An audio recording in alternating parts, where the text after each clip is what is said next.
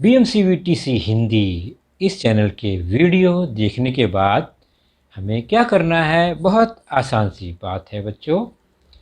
हमें सबसे पहले वीडियो के डिस्क्रिप्शन बॉक्स में जाना है और उसमें कुछ आसान से प्रश्न दिए गए हैं जिसका वीडियो आपने अभी देखा है और उसे हल करने का प्रयास कीजिए।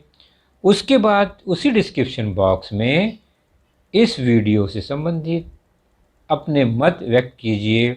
गूगल फॉर्म द्वारा एक छोटा सा लिंक दिया गया है, उसे क्लिक करिए और उसमें एंट्री करिए। और अंत में जाते जाते हमें इस चैनल को लाइक करना है, सब्सक्राइब भी करना है ताकि आने वाले वीडियो की जानकारी आपको मिलती रहे। तो है ना आसान सा काम? चलिए देखते हैं अपना वीडियो।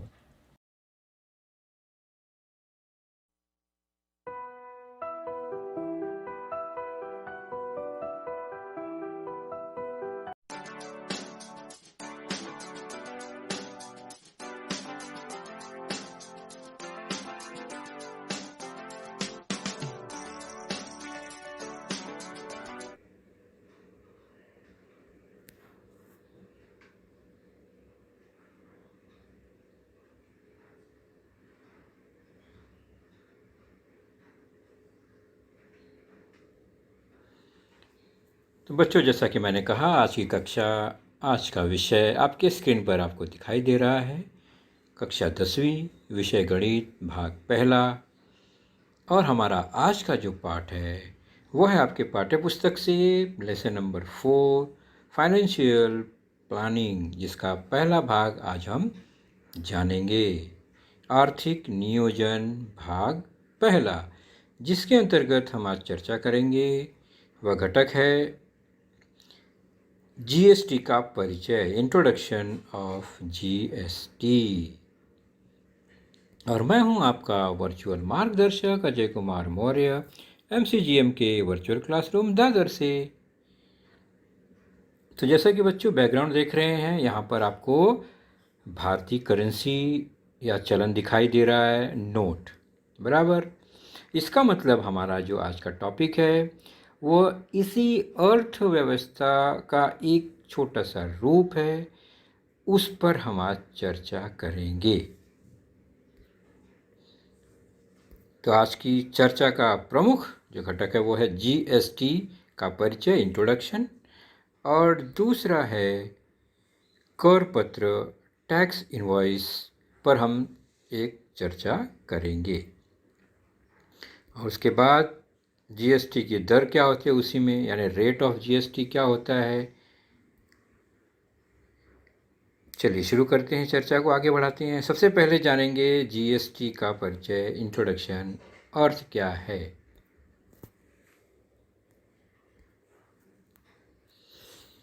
तो बहुत सिंपल सी बात है बच्चों की, जैसे कि हम लोग या आपके घर में घर का खर्चा चलाना है तो अपने मम्मी पापा को कुछ ना कुछ काम करना पड़ता है, और वो जब काम करते हैं तो उन्हें कुछ पेमेंट मिलता है, पैसा मिलता है, और फिर उसी पैसे से फिर वो अपने घर खर्च को चलाते हैं। और कहाँ कहाँ कितना कितना खर्च करना है वो अपना हिसाब किताब रखते हैं। वैसे ही बच्चों देश को चलाना है, क्योंकि देश बहुत सारा काम करता है। फॉर एग्ज़ाम्पल, आप अपने घर में क्या करते हैं, पैसा मिला मम्मी पापा को, राशन पे गए, सामान लाए, खरीदे, जो आवश्यकता की चीज़ें हैं वो खरीद कर लाते हैं, तो पैसा उन्हें मिल गया तनख्वाह के रूप में काम करने के बाद। लेकिन देश यानी सरकार को बहुत सारे काम करने पड़ते हैं, जैसे कि सड़क बनाना, पुल बनाना, रेल चलाना, और बहुत सारे खेती के उपकरण, औजार, मशीनरी है, और बहुत सारे विकास के कार्य करने हैं। आप देखते हैं गार्डन होता है, स्टेडियम होता है, ये सब का जो खर्चा है, बिजली उत्पादन है, तमाम जो खर्चे हैं, ये कहाँ से आएगा सरकार के पास? क्योंकि सरकार कोई व्यक्ति तो है नहीं, कहीं नौकरी कर रहा है या काम कर रहा है तो पैसा मिल जाएगा। तो वह क्या करती है, टैक्स लेती है, यानी हमारे देश की जनता से टैक्स लिया जाता है। तो टैक्स के रूप में कुछ वह पैसे जमा करती है कर के रूप में, फिर वह जो धन एकत्रित होता है उसी से फिर देश के विकास के लिए कार्य होता है। तो जुलाई 2017 से पहले देश में विविध प्रकार के अलग अलग कर या टैक्स लागू थे। आपके पाठ्य पुस्तक में ये डिटेल में है बच्चों, तो उस पर हम ज़्यादा चर्चा नहीं करेंगे। कौन कौन से प्रकार के टैक्स थे खाली नाम जान लेते हैं। एक है उत्पादन शुल्क, एक्साइज ड्यूटी। दूसरा है सीमा शुल्क, कस्टम ड्यूटी, वैट, चुंगी कर,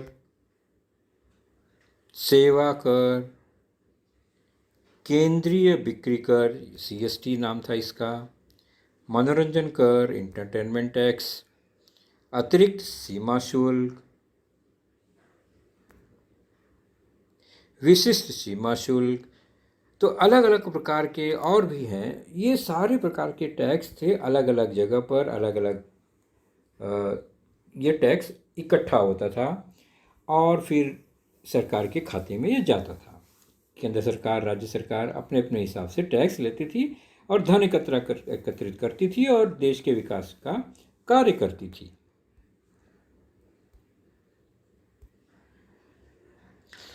बाद में जुलाई 2017 में से इस देश में ये जो अलग अलग प्रकार के टैक्स थे बच्चों, उसको हटा दिया गया और वस्तु एवं सेवा कर इस नाम से एक ही प्रकार का जो टैक्स था उसे लाया गया।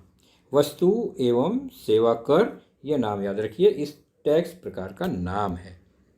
तो एक देश में एक ही कर लागू हुआ और एक वो बाजार बना, यानी एक बाजार एक कर एक देश जो है, ये नारा जो है एक देश एक कर एक बाजार, यह लागू हुआ। यानी सभी टैक्स को मिलाकर यहाँ पर वस्तु एवं सेवा कर के रूप में एक नया सिस्टम शुरू किया गया। तो इसका नाम ही जानते हैं, नाम से ही उसका नाम पड़ा है। वस्तु मतलब गुड्स, इसका अक्षर जी, एवं एंड सेवा सर्विस एस, और कर टैक्स।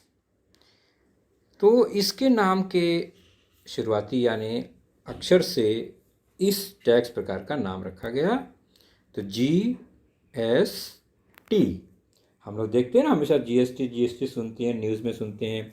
आप कोई भी सामान खरीदते हो, अगर उसका आप बिल लेते हो, पक्का बिल जिसे हम कहते हैं, तो उस पर GST नंबर या GST बिल वो होता है। यानी बिल जो भी मिलेगा आपको उस पर GST जैसे कुछ अक्षर आपको दिखाई देंगे।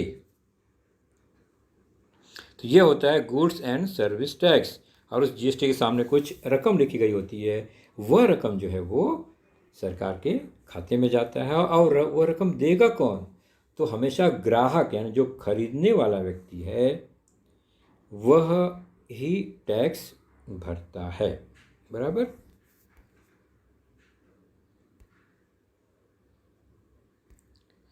तो goods and service tax, goods and service tax को शॉर्ट में GST कहा जाता है।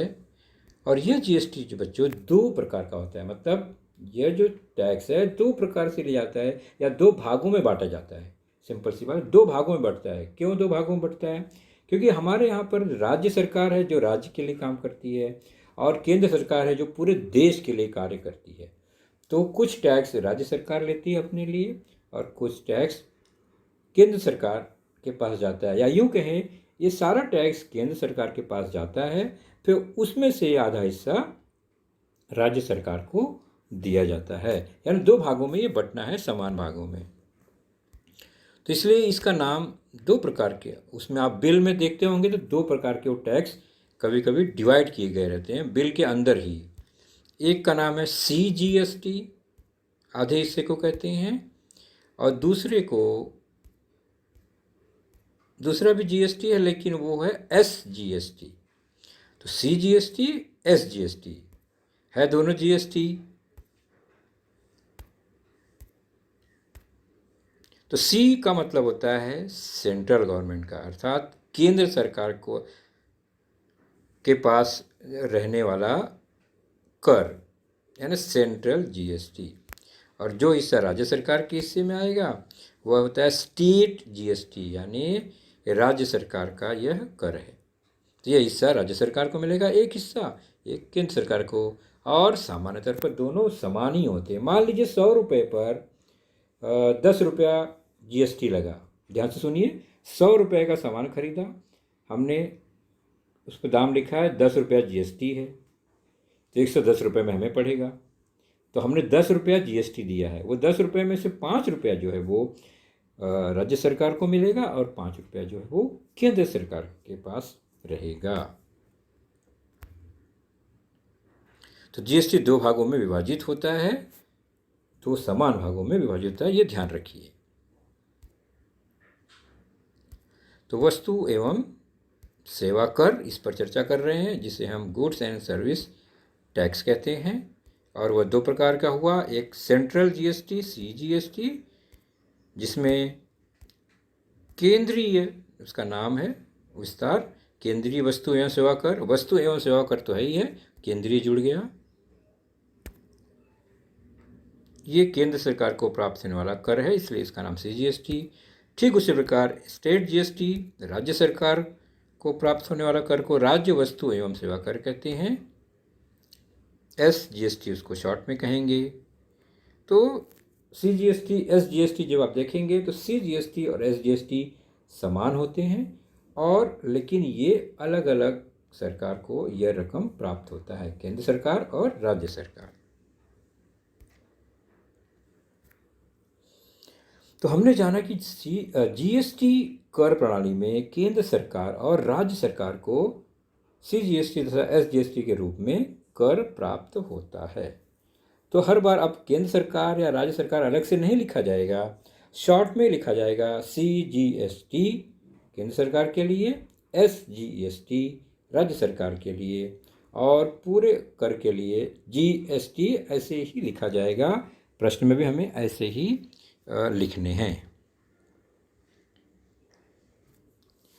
तो सीजीएसटी एसजीएसटी कर प्रणाली में, जैसा कि नाम है उसका, वस्तु खरीदने अथवा किसी प्रकार की सेवा लेने पर कर मिलता है, इसलिए उसका नाम है वस्तु एवं सेवा कर। यानी आपने वस्तु खरीदा है तो हमें टैक्स देना है, और अगर कोई सेवा ली है, सेवा मतलब आप होटल में गए तो वहाँ पर आपने सेवा लिया, क्योंकि आप बैठे हैं, बैठे बैठे आपको बहुत सारे सामान आए, खाद्य पदार्थ आपने मंगाया, तो 10 रुपये की कॉफ़ी है, लेकिन उसमें उन्होंने सेवा लगाया, सेवा किया आपकी, तो बहुत सारी सर्विस देने के बाद उसकी कीमत टैक्स के साथ वो हो सकता है 20 रुपये में हो जाए, 30 रुपये की भी कॉफ़ी हो सकती है।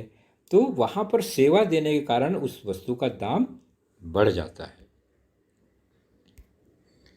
और निश्चित है कि जैसा कि आप सामान खरीदते हैं तो आपको पावती मिलती है, रसीद मिलती है, बिल मिलता है, कहीं कच्चा बिल मिलता है, कहीं पक्का बिल मिलता है। और जीएसटी में 2 प्रकार का कोड इस्तेमाल होता है बच्चों। अगर आप वस्तु खरीदते हैं तो उस वस्तु का नाम हमेशा लिखा जाए ऐसा ज़रूरी नहीं है, कहीं कहीं पर नाम लिखने के बजाय उसका कोड लिखा रहता है, कहीं पर नाम भी लिखा रहता है। तो वस्तु का एक कोड है, कोड का लिस्ट है, आपके पुस्तक में दिया गया है। वैसे बहुत सारे कोड हैं, हर वस्तु के अलग अलग कोड भी हैं, तो वह कोड लिखा रहता है बिल के ऊपर।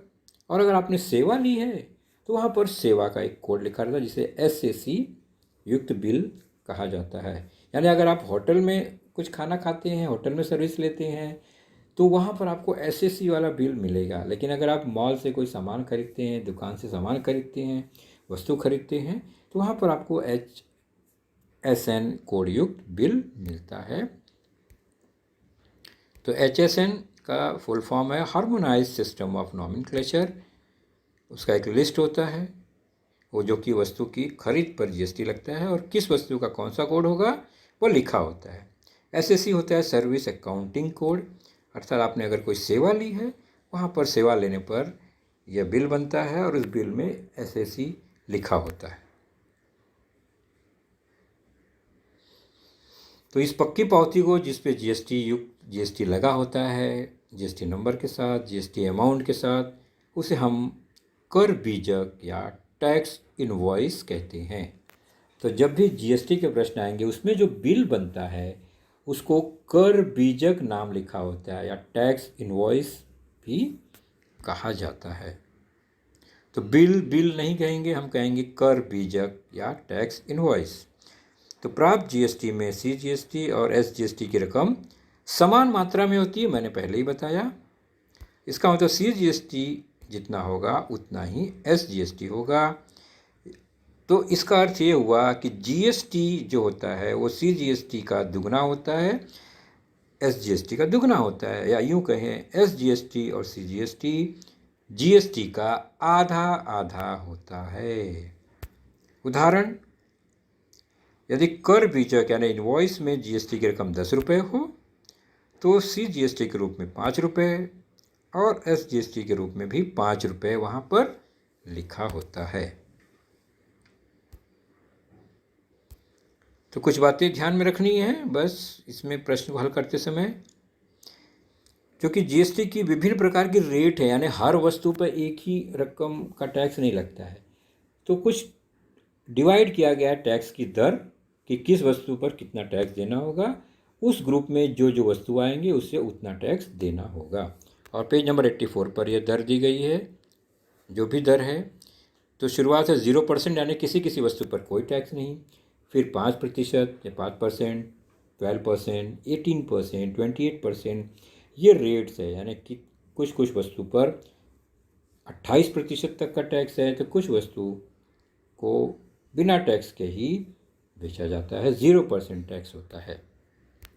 उसी प्रकार सेवा में भी यही रेट है। तो जीएसटी की जो दर है वो आवश्यकता अनुसार बच्चों यह दर परिवर्तित हो जाता है। दर परिवर्तित हो मतलब कि कोई वस्तु आज 5% टैक्स से बिक रही हो सकता है कल वो महंगा हो जाए, वो 12% टैक्स भी लग सकता है उस पर, और हो सकता है गवर्नमेंट उसे छूट दे दे सरकार, तो वह बिना किसी जीएसटी के भी बिक सकता है। तो जिस तरह से माहौल, उपलब्धि, सुविधा होगी उस प्रकार से यह टैक्स एडजस्ट हो जाता है। तो जीएसटी, सीजीएसटी, एसजीएसटी, ये 3 आपने शब्द सुने। जीएसटी 5% है तो सीजीएसटी उसका आधा होगा 2.5, और एसजीएसटी भी 2.5 यानी 2.5%।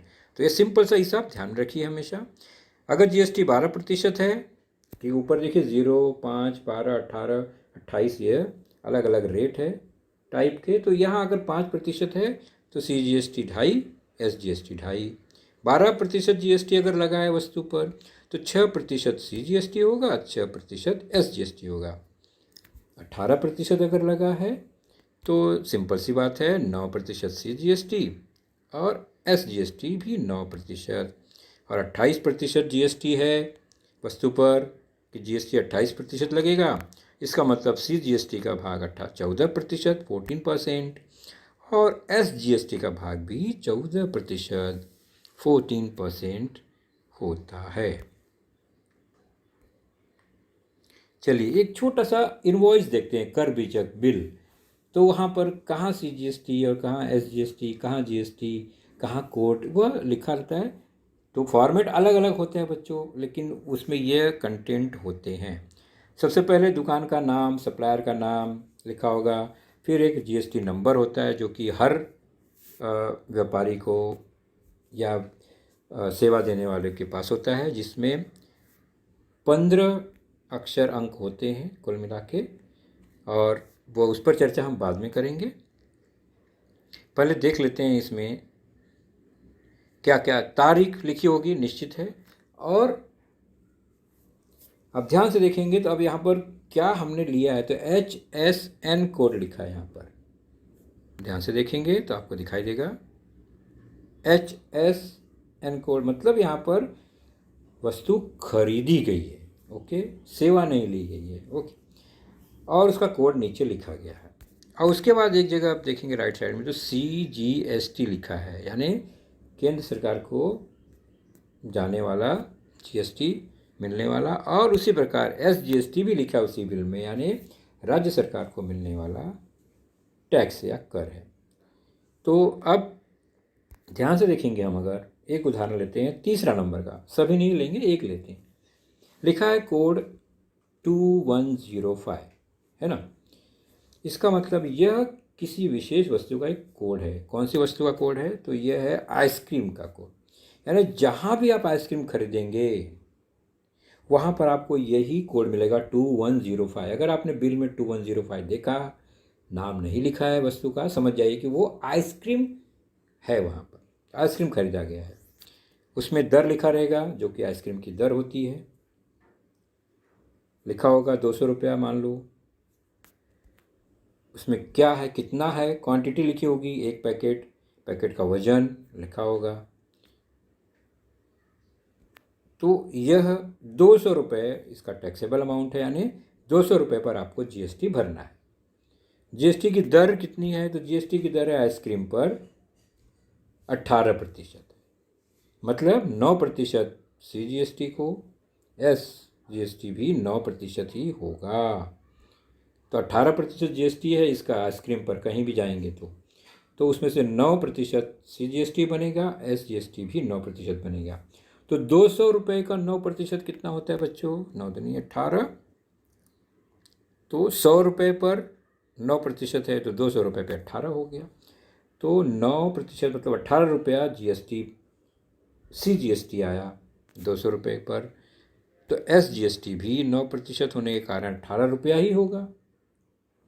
तो कुल मिला के जीएसटी यानी टोटल टैक्स कितना हुआ? 18 और 18 36, और दाम कितना था? 200 रुपया। तो कुल मिला के इस वस्तु के लिए हमें कितना रुपया खर्चा करना पड़ेगा? 236 रुपया। तो 200 का सामान 236 में हमने खरीदा, मतलब 36 रुपया हमने क्या किया? जीएसटी भरा, जिसमें से 18 रुपया CGST और 18 रुपया SGST भरा। इसी तरह जितने वस्तु हैं सबका यही हिसाब है। लास्ट में उसका टोटल आपको दिखाई देगा।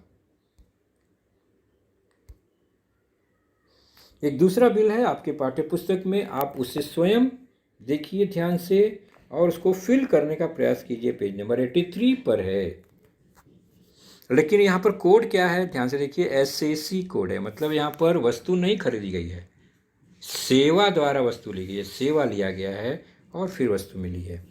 9963 मतलब यह एक ऐसा कोड है जिसमें बहुत सारी सेवाएं इंक्लूड है, यानी हर सेवा का यही कोड है। वहाँ पर होटल सेवा का है यहाँ पर स्पेशल, जिसमें CGST और SGST निश्चित लिखा रहेगा।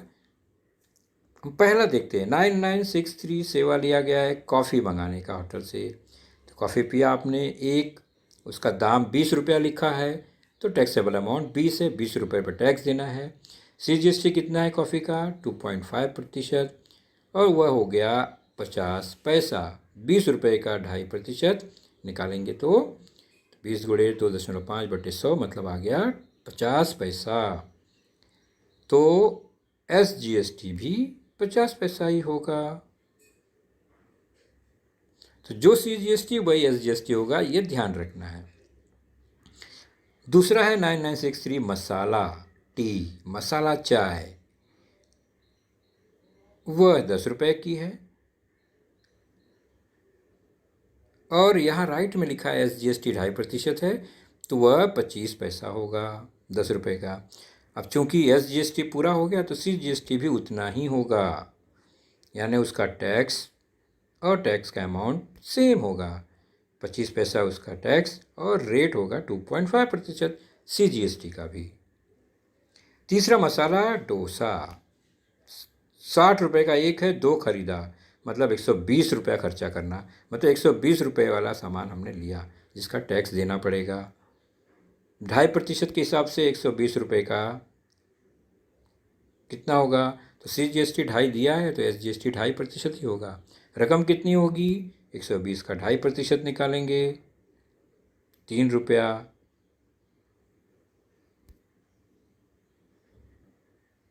3 रुपया, दोनों 3 रुपया ही होंगे, मैंने कुल 6 रुपया टैक्स हुआ। तो अब वह बिल में टोटल हो जाएगा। तो कुल 150 रुपये का टैक्सेबल अमाउंट है, इस पर टैक्स लगना है, और CGST बैठा 3 रुपया 75 पैसा। CGST भी उतना ही आएगा, टोटल 3 रुपया 75 पैसा। कुल मिलाकर टैक्स हो गया 7.5 रुपये, यानी हमें 157 रुपये 50 पैसे टैक्स के रूप में कुल देने पड़ेंगे। तो इसी तरह से बिल बनते हैं अलग अलग, इंग्लिश का फॉर्मेट, हिंदी, मराठी, कोई फॉर्मेट में भी ये बिल होता है कहीं कहीं। चलिए अब हम चलते हैं प्रश्न संग्रह के प्रश्नों को देखते हैं, प्रश्नों को समझते हैं धीरे धीरे, तो अपने आप CGST SGST क्या है वो धीरे धीरे समझ में आने लगेगा। हमें बहुत ज़्यादा इतिहास या उसकी जानकारी अभी हमें नहीं रखनी है, व्यवहारिक रूप से जो होता है हम उसको जानेंगे थोड़ा। पहला प्रश्न आपके पाठ्यपुस्तक में कुछ इस तरह से है।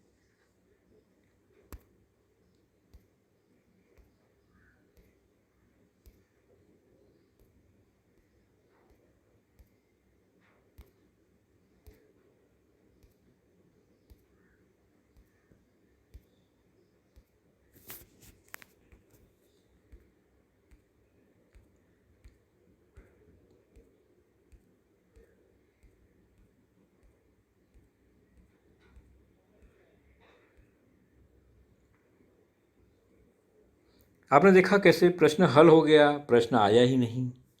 तो अभी हम पहले देख लेते हैं प्रश्न कैसा था ये।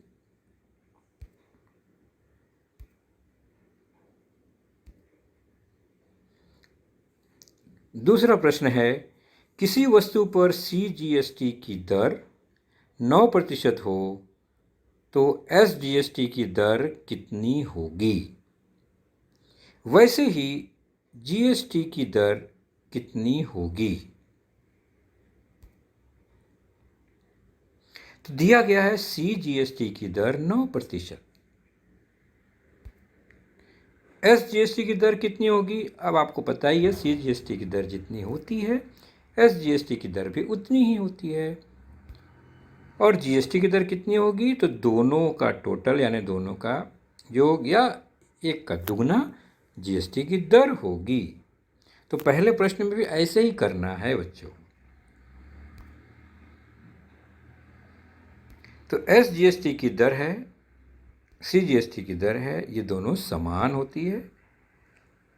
अब चूंकि प्रश्न में दिया ही गया है SGST की दर 9%, तो लगा दिया हमने 9%। उसके बाद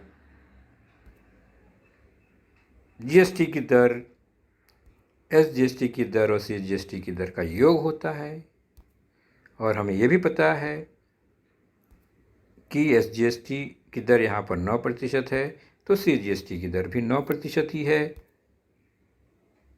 यानी GST की दर कितनी हुई? 18%। तो GST की दर यहाँ हो गई 18%।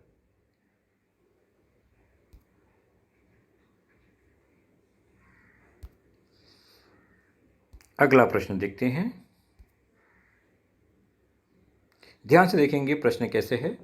मेसर्स रियल पेंट, पेंट की दुकान है उसका नाम है ये, ने प्रत्येक को ₹2800 2800 कर पात्र मूल्य के लस्टर पेंट के 2 डिब्बे बेचे।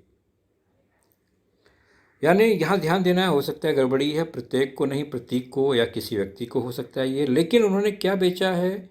2 डिब्बे पेंट बेचे हैं, और एक डिब्बे पेंट का मूल्य क्या है? 2800 रुपया, 2800 रुपया। इसको ध्यान से समझेंगे कि सामान कितने का है और उस पर टैक्स कितना लगा, ये जानना बहुत ज़रूरी है बच्चों। तो आप ध्यान से देखिए, लिखा है कर पात्र जो मूल्य है वह है 2800 रुपये, यानी 2800 पर टैक्स लगेगा, और 2 डब्बा बेचा गया है, तो कुल मिला के 2800 गुणे 2, इतने का सामान खरीदा जाएगा, इतने का दाम है टैक्स कर पात्र। तो GST की दर दिया गया है 28%, तो CGST और SGST के रूप में कितने रुपए लिखे जाएंगे कर बीजक में। कर बीजक लिखा है मतलब बिल में सीजीएसटी की रकम कितनी होगी और एसजीएसटी की रकम कितनी होगी, ये हमें ज्ञात करना है। तो शुरुआत क्या करेंगे, एक डिब्बे पेंट का मूल्य, कर पात्र मूल्य कितना है, 2800 रुपया लिखा है प्रश्न में। तो 2 डिब्बे पेंट खरीदा है, इसलिए उसका कुल मूल्य कितना हुआ, 2800 गुणे 2 यानी 5600 रुपये का यह कर पात्र मूल्य हुआ। और जीएसटी की दर वहां दी गई है 28% प्रश्न में। तो एसजीएसटी की दर कितनी होगी और सीजीएसटी की दर कितनी होगी, जीएसटी का आधा। तो हो गया 28/2 मतलब 14%। 14% सीजीएसटी, 14% एसजीएसटी हो गया, क्योंकि जीएसटी 28 दिया गया है। तो 14% निकालेंगे हम कुल रकम का, तो वह सीजीएसटी और एसजीएसटी हो जाएगा। इसलिए एसजीएसटी कितना हुआ, तो 5600 यानी 5600 का 14%, और वह होगा 5600 गुणे 14/100। और जब अगर हम हल करते हैं इसको तो हमें मिलता है 56 गुणे 14। तो एसजीएसटी हो गया 56 गुणे 14, अर्थात कितना रकम, 784 रुपीज़, 784 रुपया एसजीएसटी। और सीजीएसटी भी उतना ही हुआ, तो 784 रुपया सीजीएसटी भी हुआ। तो प्रश्न में पूछा गया था सीजीएसटी कितना, एसजीएसटी कितना, तो यहाँ पर एसजीएसटी सीजीएसटी दोनों 784 रुपया हुआ।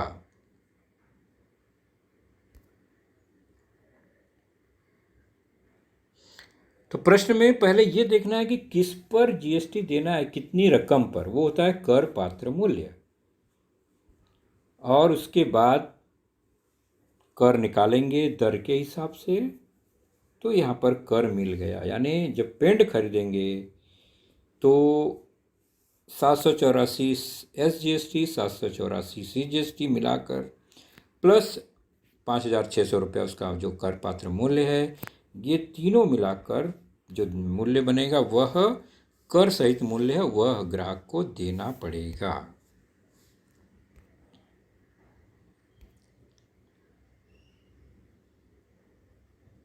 दूसरा तरीका क्या है, एक तो हमने क्या किया, पहले जीएसटी को आधा आधा कर लिया और टैक्स निकाल लिया। दूसरा एक सिंपल सा तरीका और भी है बच्चों, ध्यान से देखो कि जीएसटी की दर 28 पहले ही दिया गया है, तो हम क्या कर सकते हैं, ये तो पता ही है कि एक डिब्बे का मूल्य 2800 है, तो 2 डिब्बे का 5600 रुपया है, और जीएसटी की दर 28% है। तो हमने यहाँ पर क्या किया था, जीएसटी की दर को बांट लिया और फिर टैक्स निकाला। अगर आप पहले ही जीएसटी पूरा निकाल लें, मान लो जीएसटी कितना होगा, 28% होगा ना पूरा, तो हम 5600 का 28% निकालते हैं और उसको हल करते हैं, तो हमें मिलता है 56 गुणे 28, अर्थात कुल जीएसटी हो गया 1568 रुपया। ये जीएसटी हो गया। तो यहाँ पर एसजीएसटी सीजीएसटी क्या होगा, तो इसका आधा आधा। तो इस तरह भी कर सकते हैं, एसजीएसटी सीजीएसटी कितना होगा, जीएसटी का आधा, और जीएसटी है 1568, और उसका आधा कर देंगे, भाग दे देंगे, 2 से काट देंगे, तो 784 रुपया। यहाँ भी वही रकम आया। फ़र्क इतना है कि पहले जीएसटी की दर को बांट के हमने एसजीएसटी निकाला, अभी हमने जीएसटी निकाल कर रकम को बांट लिया। तो यह दूसरा तरीका था। प्रश्न तीसरा ही था यह भी। अब देखते हैं अगला प्रश्न नंबर 6। टिप टॉप इलेक्ट्रॉनिक्स ने किसी कंपनी को कर सहित 51,200 रुपये कीमत का 1.5 टन के एयर कंडीशन की आपूर्ति के एयर कंडीशन पर सीजीएसटी की दर 14% लगाया, तो कर बीजक में निम्नलिखित मुद्दे का मान कितना दर्शाया, उसे ज्ञात कीजिए। यानी टैक्स में अभी जो जानकारी दी जाएगी वह कितना होगा बताना है। एक बात ध्यान रखिए बच्चों, आपके पाठ्य पुस्तक में जो प्रश्न है उसमें कुछ मिस्टेक है, आप उस अंक को सुधार लीजिए। कर सहित रकम 51,200 रुपये यहाँ पर होना चाहिए। पुस्तक में 51,000 रुपये ही लिखा है।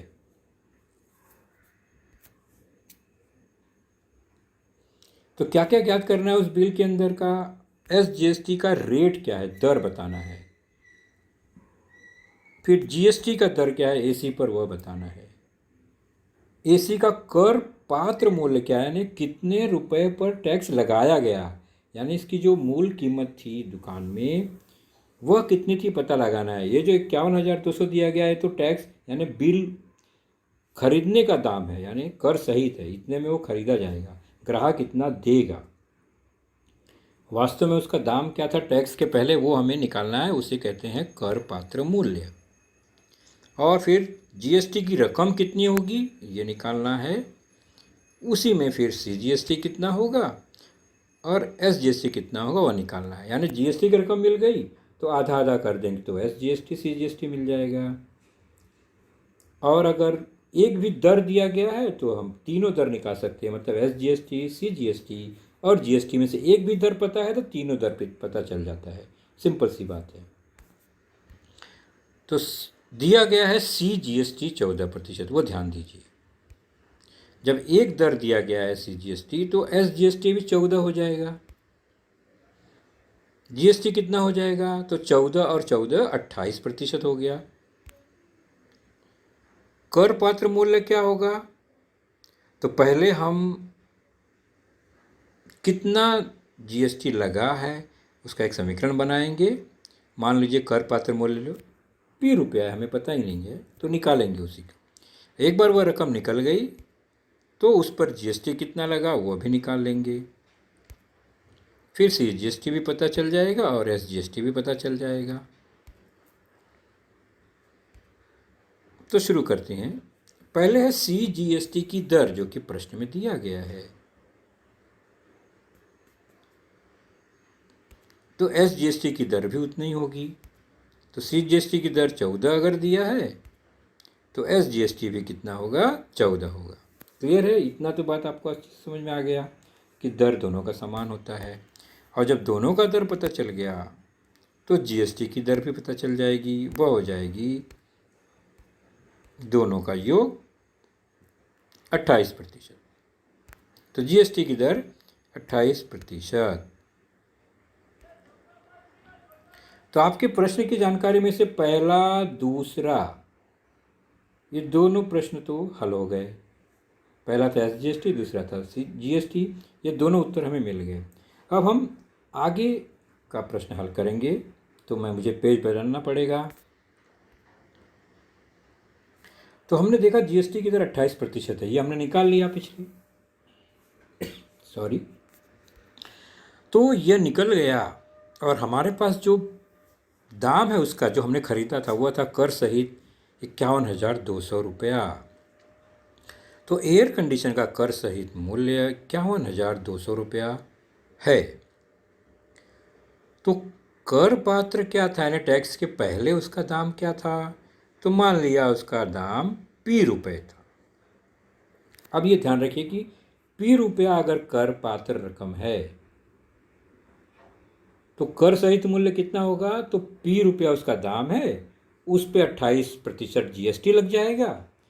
तो उस कर पात्र दाम में GST की रकम को जोड़ देंगे तो कर सहित मूल्य हो गया, है ना।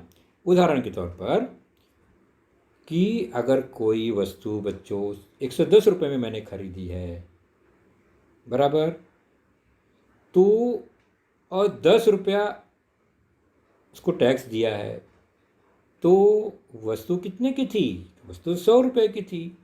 तो 110 कैसे मिलता है, तो 100 रुपया जो कर पात्र मूल्य है उसमें 10 रुपया टैक्स जोड़ देंगे तो कर सहित मूल्य मिलता है। ठीक उसी प्रकार तो यानी कर सहित मूल्य के लिए कर पात्र और टैक्स दोनों जोड़ेंगे तो कर सहित बन जाता है।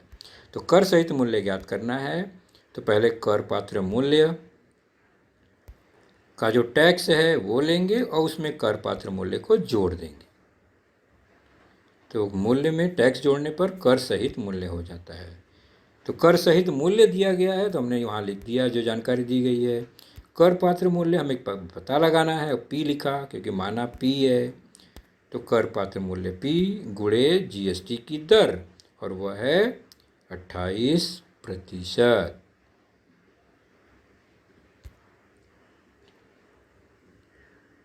अगर आप बच्चों 14 लिखेंगे तो नहीं काम चलेगा, क्योंकि हमें पूरा दाम निकालना है, इसलिए जीएसटी की दर से लगाएंगे, न कि सीजीएसटी की दर से। अब हल करेंगे इसको। पी धन पी गुणे 28/100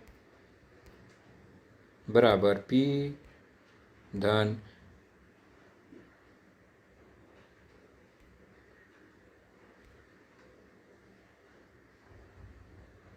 28p/100। पी से 28 का गुणा हो गया।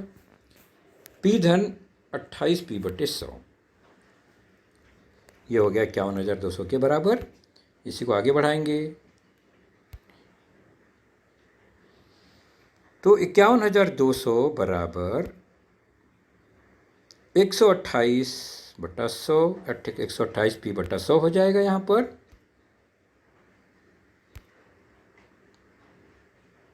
इसको आगे हल करेंगे, तिरछा गुणा करके एक समीकरण बनाएंगे तो हो गया 128p बराबर 51,200 गुणे 100। इसको और सरल करेंगे पक्षांतर करते हुए तो 51,200 गुणे 100 बटे 128। हल करेंगे, काटेंगे तो ये आएगा यहाँ पर, जैसे भी आप कर सकते हैं, 40 आएगा। 400 हो गया, एक ज़ीरो और बढ़ा तो 512 को 4 बार कटा और 2 ज़ीरो लग गया तो 400 हो गया। इसका मतलब P बराबर आया 400 गुणे 100 अर्थात 40,000 रुपये P, यानी कर पात्र मूल्य उस AC का 40,000 था। एक बार ये पता चल गया 40,000 दाम है तो हमने लिख दिया। प्रश्न में पूछा गया है कि AC का कर पात्र मूल्य 40,000, यहाँ हो गया। जीएसटी कितना लगा तो हमने जितना पैसा दिया उसमें से मूल्य निकाल देंगे तो आ गया 11,200 रुपया हमने जीएसटी दिया है।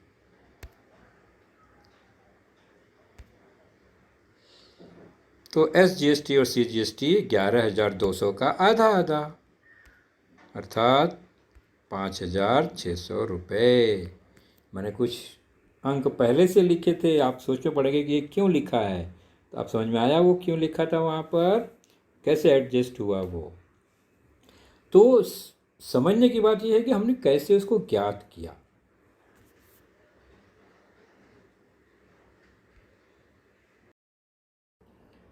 तो बच्चों आपने देखा आज का लेसन, उसके प्रमुख मुद्दों को ध्यान से बार बार दोबारा देखकर समझने का प्रयास कीजिए, क्योंकि एक बार देखने पर किसी को भी वो पूरा मुद्दा समझ में नहीं आता। तो जैसे ही हम 2 बार 3 बार देखेंगे तो हमें वह समझ में आने लगेगा। और इसके आगे की जानकारी जो होगी बच्चों, वह निश्चित ही हमारे अगले वीडियो में होगी। तो उस वीडियो को देखने के लिए, उसकी सूचना प्राप्त करने के लिए जो नीचे सब्सक्राइब का बटन होता है उसे ज़रूर प्रेस कीजिए और नोटिफिकेशन ऑन रखिए, ताकि जैसे ही हमारा लेसन चैनल पर डाला जाएगा आपको वह तुरंत प्राप्त होगा। तो अपना ख्याल रखिए, सुरक्षित रहिए। Thank you.